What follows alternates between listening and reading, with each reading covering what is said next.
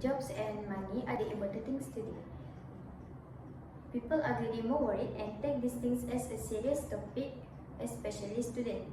So, this report will present to you about the current income trends in Malaysia economy, which are focusing on wages pattern, income distribution, and also the socio-economic factors that influencing earnings across various sectors. Target population of the survey is undergraduate students in UiTM Pasir Gudang and have some respondents. Years, Malaysia has experienced a difficult economic situation where there is a rising cost of living. This economic pressure become more burden for students and young adults because they are depends on family support, scholarship, or part-time jobs to sustain themselves. The financial instability faced by this demographic become worsened by high monthly expenses, which is related to basic needs. With limited and inconsistent income, many people facing hard situation are saving their money for emergency cases. The purpose of the study is, first, to explore and understand the financial challenges faced by individuals. Secondly, to identify the main source of income and financial support among peoples. Third, to analyze the top 3 monthly expenses that contribute most to the financial burden of respondents. Next, to provide data-driven insights that can inform policy recommendations, financial planning, and awareness campaign to support financial well-being.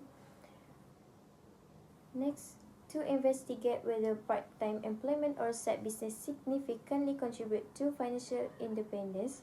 And lastly, to identify areas where respondents feel most financially vulnerable. This study focused on 3 main areas, which is first, income and financial support. We look at income source, recent change, and whether income meet basic needs. Second, for financial management, this includes spending, saving, budgeting, and use of side income or loans.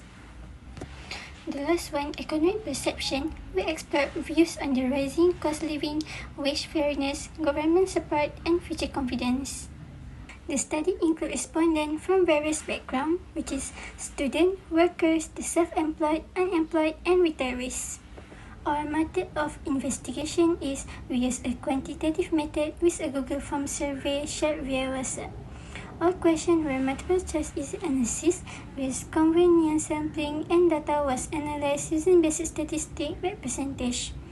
Responses were all anonymous and participation was voluntary. This study focused on 3 main areas, which is first, income and financial support. We look at income source, recent change, and whether income meet basic needs. Second, for financial management, this includes spending, saving, budgeting, and use of side income or loans. The last one, economic perception, we explore views on the rising cost of living, wage fairness, government support, and future confidence.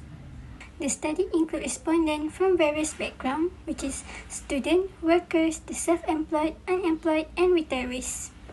Based on data collected for the survey income trend in the current Malaysian economy, the majority of respondents is within 18 to 25 age. Based on the data, female is answered more percentage than a male. From 44 respondents, majority significates a diploma holder at 55% and followed by SPM holder is 20%. In terms of marital status, its majority 85% is identified as a single and 15% were married. Graph shows 38% for the highest vote is family support and the lowest vote is for the business income.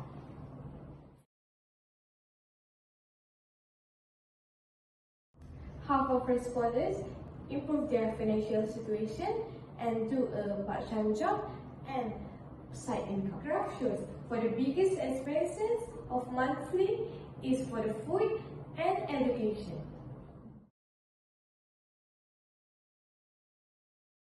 Graph shows for the biggest expenses of monthly is for the food and education. Most respondents choose not sure for this question. For question 8, 50% reported sometimes for track their spending or use a budget, and 38% said yes and 11% said no.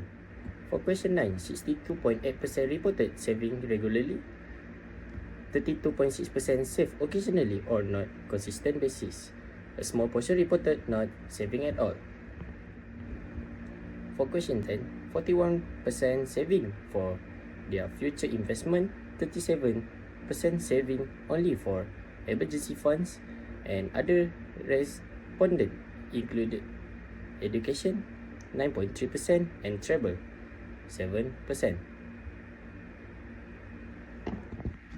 For question 11, 79.1% say there is no need to borrowing money for cover their basic needs. For question 12, 55.8% reported having no side income, and 44.2% said yes, they earn through a part-time jobs, freelance work, or small business. 34.1% respondent thinking that side income is important, and other 34.1% feeling like somewhat important, and 26.8% thinking that side income are not important.